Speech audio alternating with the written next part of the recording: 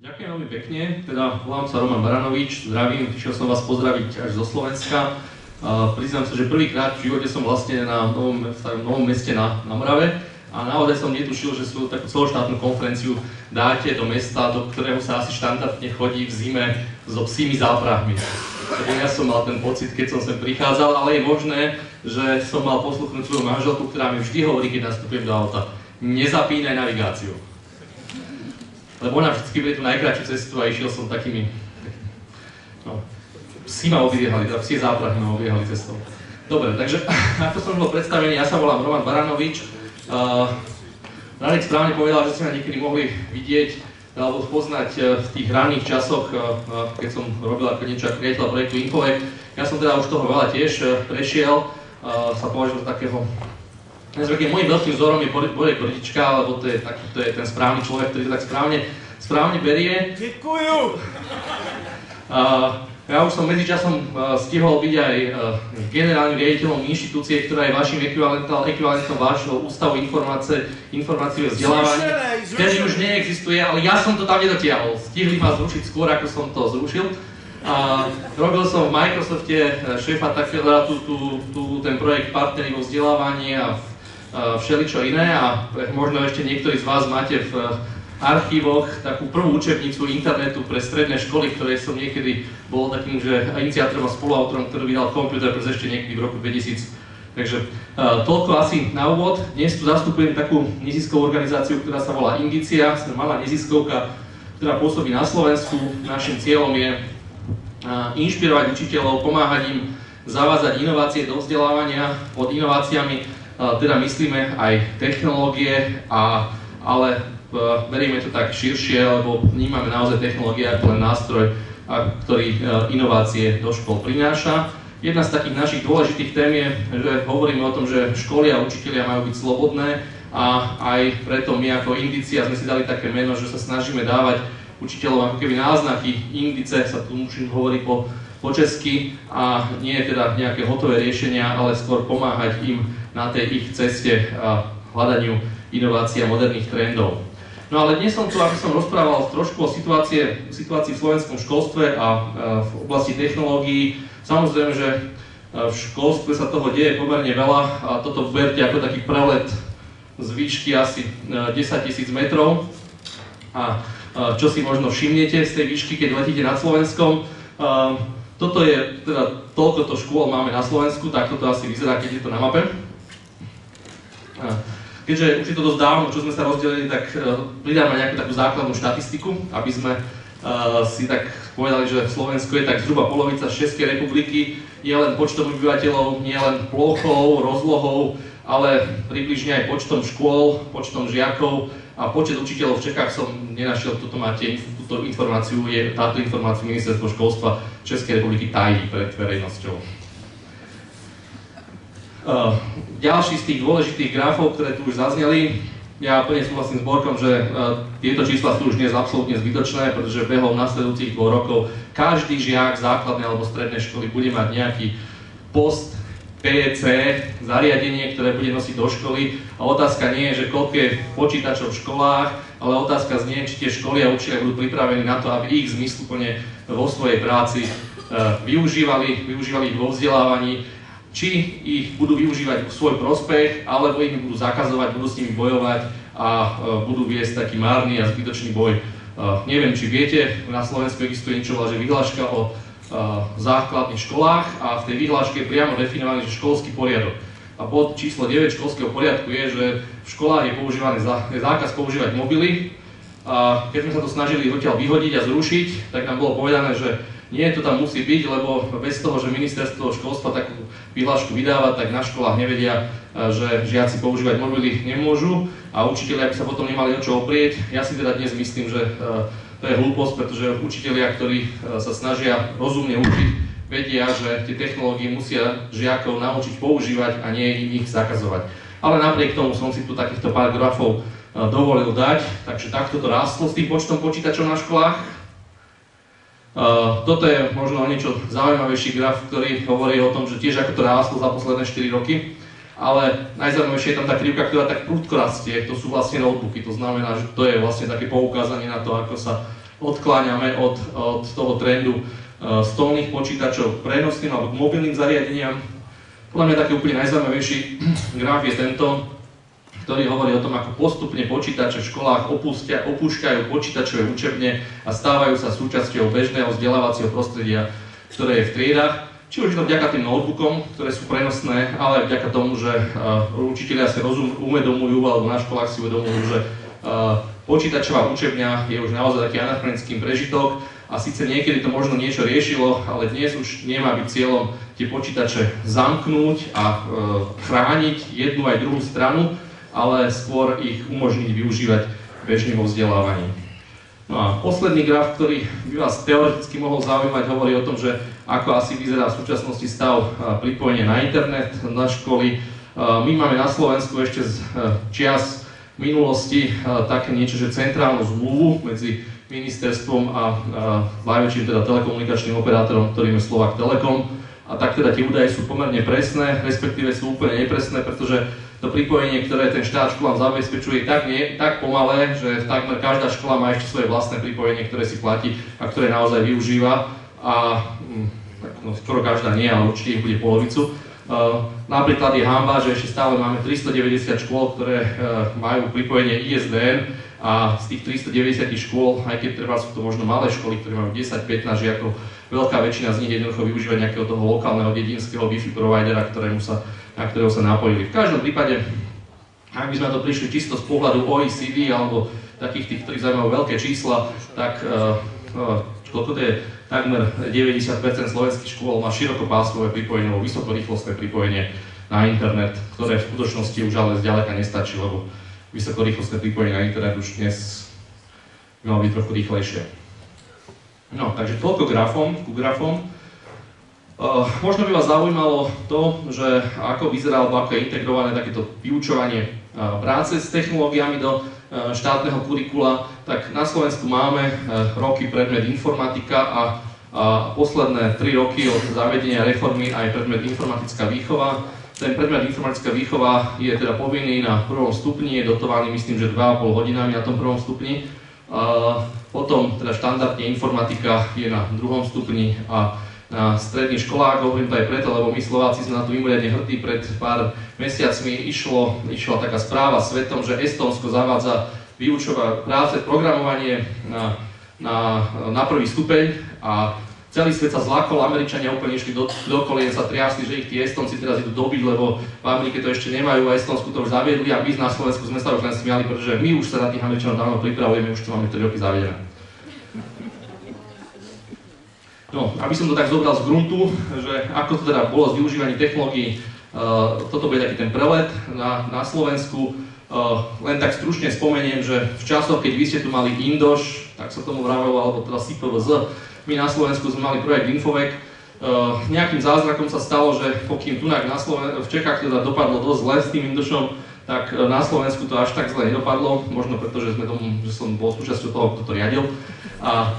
Ale v každom prípade ja si myslím, že podstatné bolo to, že sme nezačali s tým obrovským balíkom peňazí, ktorým ste začínali vy, že ako po chvíli, keď je tam príliš veľký balík peňazí, tak sa nájde príliš veľa rôznych záujmov, ktoré o tie peniaze majú záujem.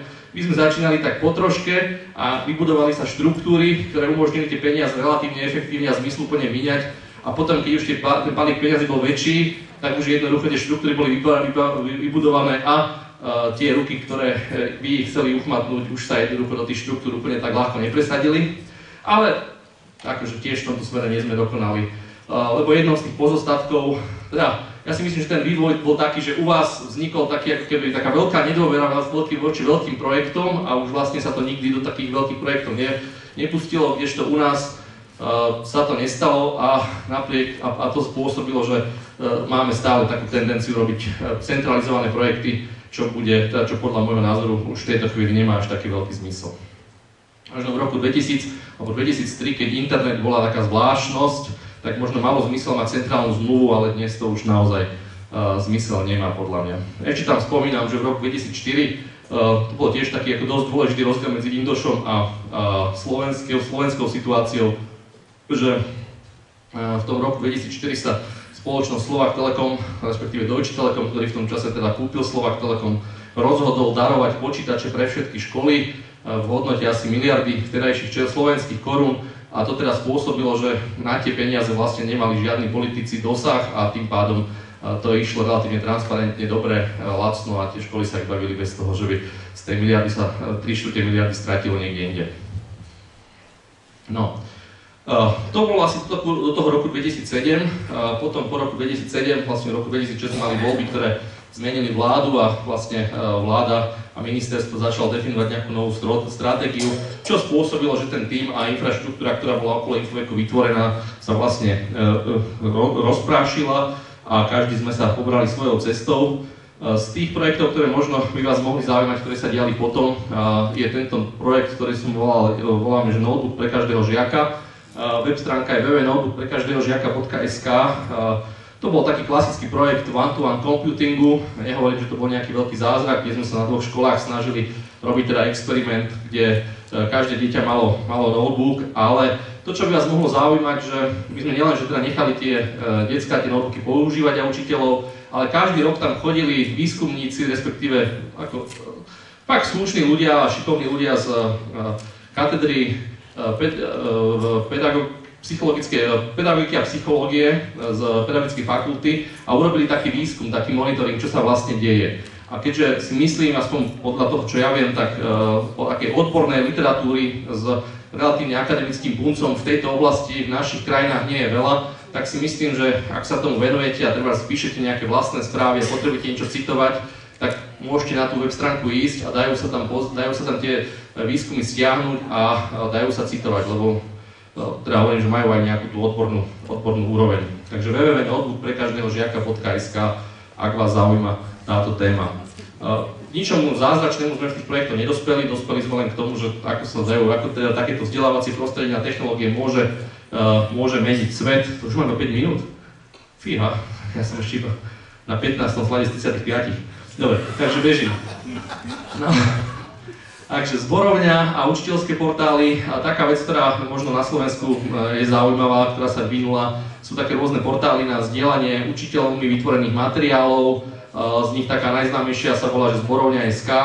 Na Slovensku máme taký zásadný problém v tejto oblasti, ktorý vy tu v Čechách nemáte a ktorý nás veľmi brzdí v rozvoji. A síce, že na Slovensku sa stále nepodarilo natoľko novelizovať autorský zákon, aby Creative Commons ako typ licencie bol na Slovensku legálny. To znamená, že táto dosť zásadná bariéra, ktorá umožňuje riadne a jasne zadefinovať licenciu na zdieľanie materiálov aj vytvorených učiteľmi, vlastne na Slovensku neexistuje a od toho sa odvíja napríklad aj skutočnosť, že niečo také, ako vy máte, čo sa robili Doom sa to volalo? Doom? Ondrej Neumayer, čo robil?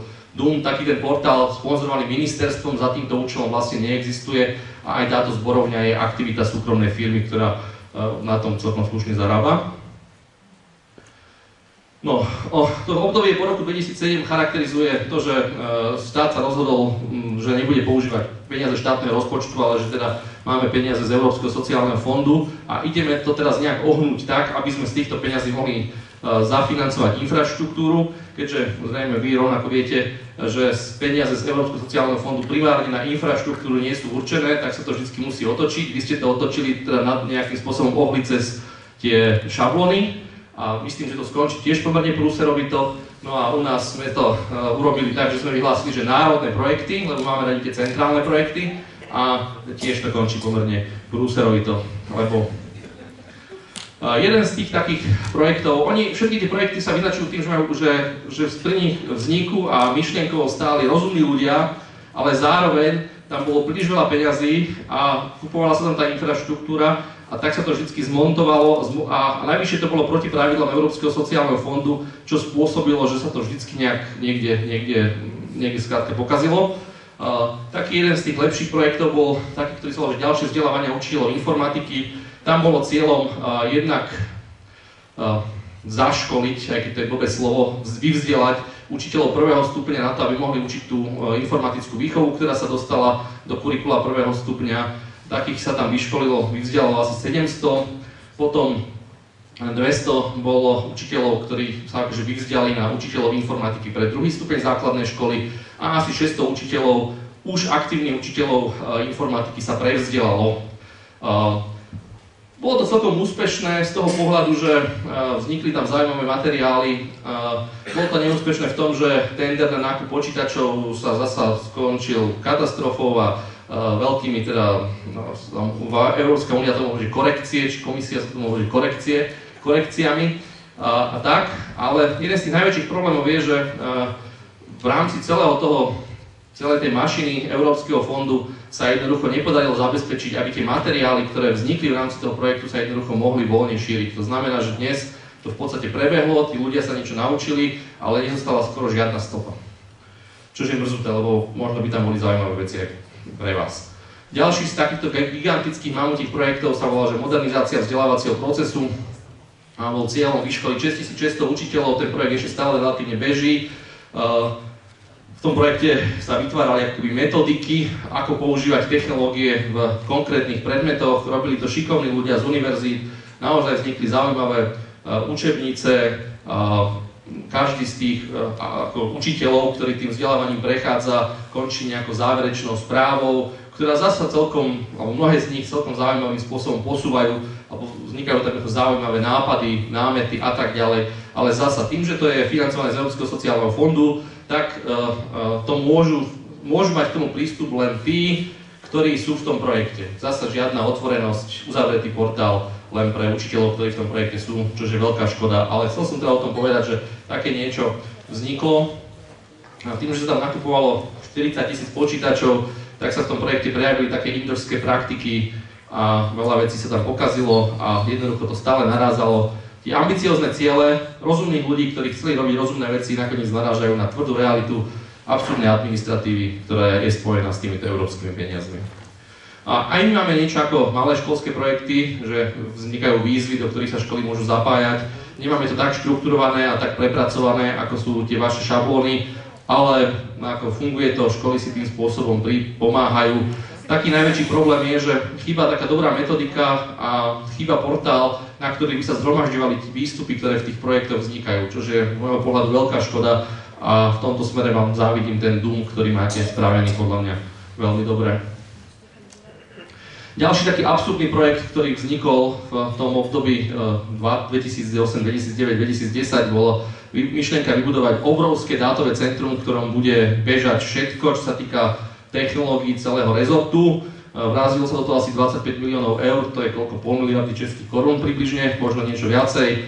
A vzhľadom na to, že to bol typický projekt, ktorý nič neriešil, respektíve neexistoval problém, ktorý ten projekt riešil, tak to dopadlo tak, že blikajúce ledky, minimálne uplatnenie a obrovský balík peňazí jednoducho spláchnutých do kvalitného hardvéru, servisných zmluv a neviem čoho všetkého. Firmy, ktoré to dodávali, boli spokojné, ale ten rezort z toho v princípe do dnešného dňa nemá vôbec nič a po tých 5 rokoch to už pomaly bude zastarané, takže bude asi najvyšší čas to obnoviť a 25 miliónov eur znova investovať do dátového centra. Máme taky, EduCZ sa to menovalo. No. Dobre, v roku 2011 sme spustili taký projekt, ktorý sa volá e-aktovka, ktorý by vás možno mohol zaujímať. To bol cieľ, ako veľmi jednoducho dostať na internet digitalizovanú podobu učebníc.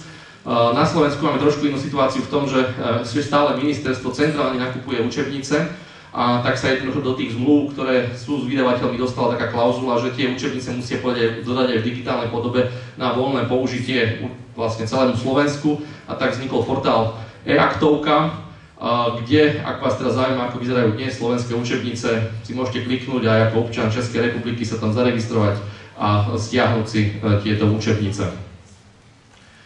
Ďalší z tých projektov, takých drobných, ktoré by vás mohli zaujímať v rámci tohto proletu nad Slovenskom, je projekt, ktorý sa volá mapaškôl.edu.sk.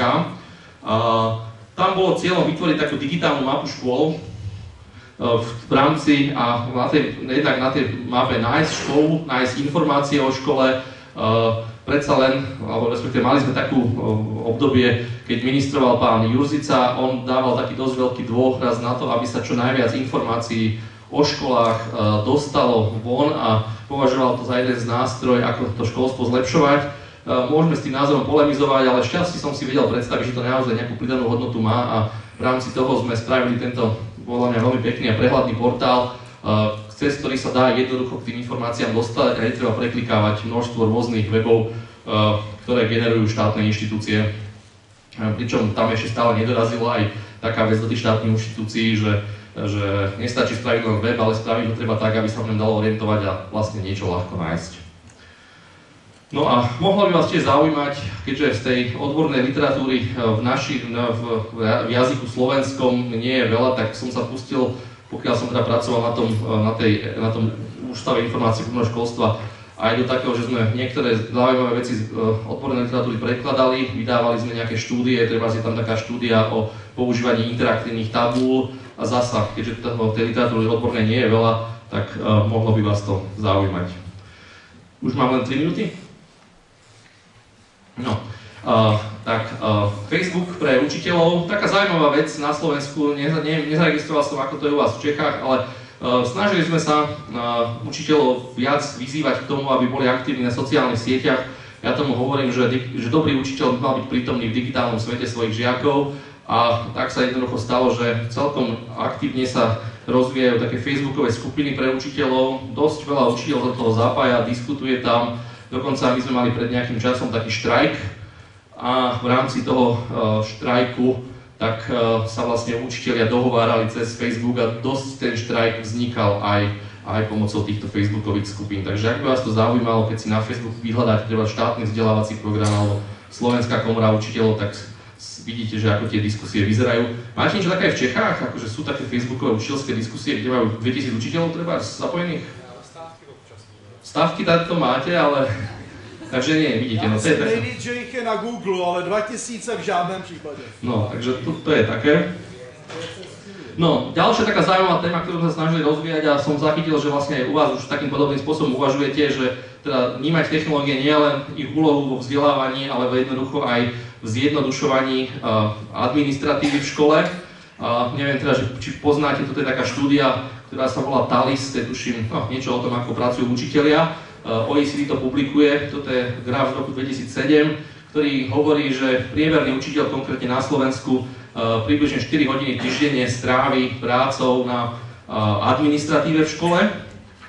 No a z tohto sa dá urobiť takýto zaujímavý slajd, aspoň z môjho pohľadu, že keď každý učiteľ na Slovensku 4 hodiny týždenne strávi administratívnou činnosťou, to znamená vypisuje nejaké papiere, formuláre a tak ďalej, keď školský rok má 40 týždňov a každý týždeň teda 4 hodiny, máme 55 000 učiteľov a priemerná žebrácka mzda učiteľa na Slovensku je približne 5 eur na hodinu, tak Slovensko ročne vynakladá 44 miliónov eur na administratívu školstva. Podľa mňa sa dá za 44 miliónov eur od učiteľov kúpiť aj užitočnejšia služba ako vypísanie papierov a preto sme sa teda snažili trochu viacej sa zamyslieť nad tým, ako využívať technológií na zjednodušenie a zefektívnenie administratívy. Trochu som bol v šoku, keď sme minulý týždeň na tej konferencii vlastne mali hostí z Čiech tiež a rozprávali, že tunak to je ešte horšie ako u nás, lebo teda u nás napríklad existuje normálne ministerská legislatívna podpora, ktorá uznáva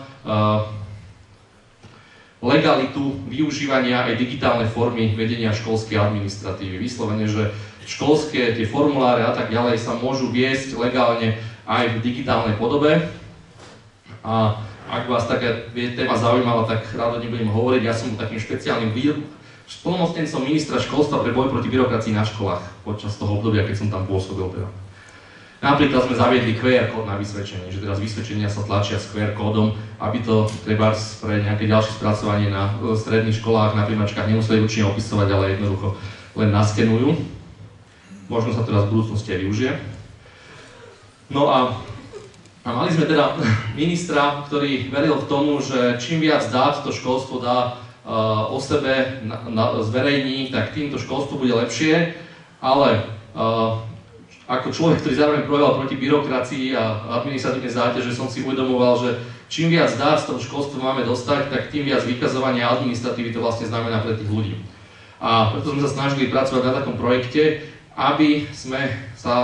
ktorý by zabezpečil získanie tých dát tam, kde vznikajú, aby jednoducho to neznamenalo vypisovať nejaké tabulky a tak ďalej, ale vlastne dnes takmer každá škola, verím, že naozaj u vás aj v Čechách aj na Slovensku má nejaký školský informačný systém, do ktorého možno do elektronickej žiackej knižky nahadzujú známky, má nejaký personálny systém, v ktorom sú evidovaní učitelia, ich úvesky, všetko o nich a tak ďalej. A že cieľom bolo to skúsiť dať nejak do jedného miesta a bez toho, aby teda sa nemusela tá práca duplikovať, zdvojovať a nejak predpracovávať a možno využiť to obrovské dátové centrum, ktoré sa teda vybudovali naši predchodcovia.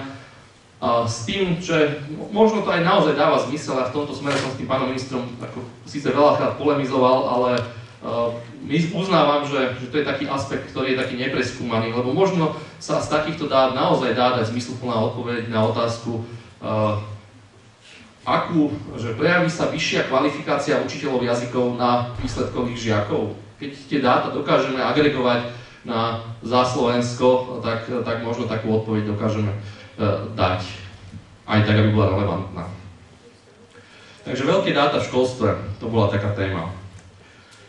No, možno ste počuli o škandále ohľadne projektu Planéty vedomostí, možno to dorazila k vám.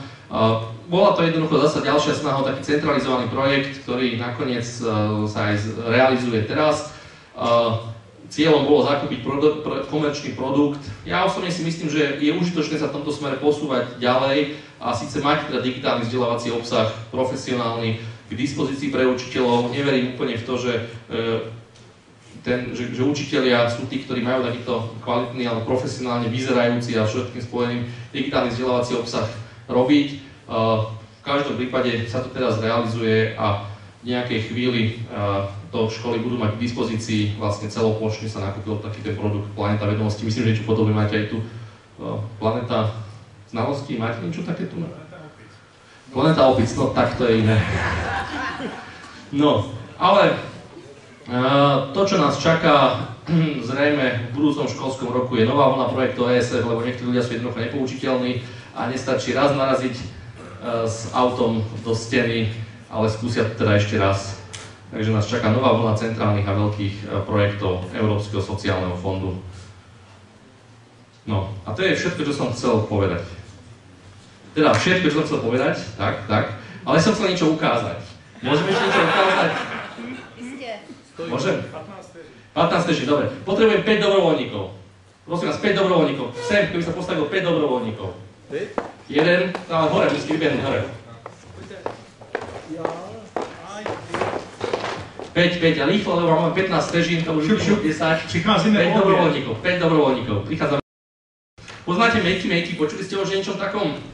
Makey je takýto plošný spoj, ktorý keď pripojíte k počítaču, tak vám umožňuje pripojiť k počítaču ľudí.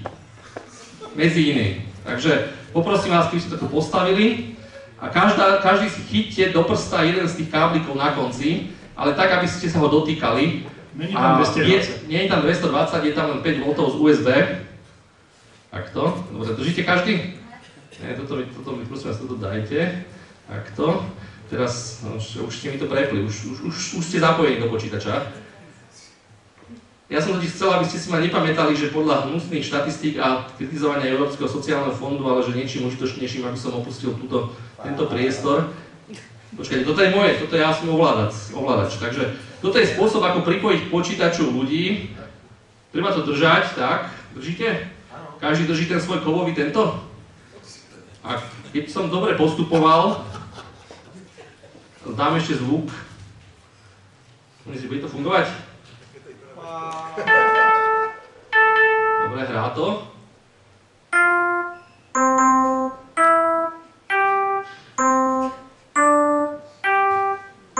Takže tí, čo nevidíte, tak ja vlastne teraz ako používam ľudí k tomu, aby som hral na tom klavíri. Funguje? Ale musí byť plešina.